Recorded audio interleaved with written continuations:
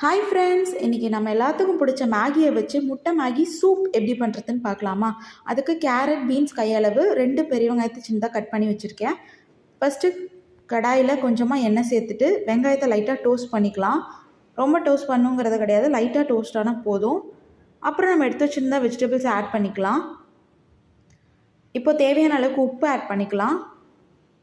வெஜிடபிள்ஸ்க்கு மட்டும் தேவையான அளவுக்கு உப்பு. இப்போ லைட்டாக வெந்ததுக்கப்புறம் வெஜிடபிள்ஸ் நம்ம தண்ணி கொஞ்சம் அதிகமாகவே ஊற்றிக்கோங்க, யூஸ்வலாக ஊற்றுறத விட.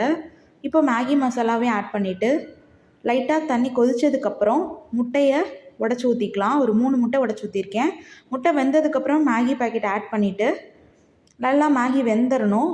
இப்போ பாருங்கள், வெந்ததுக்கப்புறம் மேலே பெப்பர் கொஞ்சம் உண்டுலாப்பில் ஆட் பண்ணிவிட்டு கொத்தமல்லி இலையும் தூவிட்டு ஒரு 3 மினிட்ஸ் கொதிக்க விட்டு மேகி வித் சூப்போட குடிங்க. சூப்பரான முட்டை மேகி சூப் ரெடி. கண்டிப்பாக நம்ம சேனலை சப்ஸ்கிரைப் பண்ணிக்கோங்க, ஷேர் பண்ணுங்கள். தேங்க்யூ.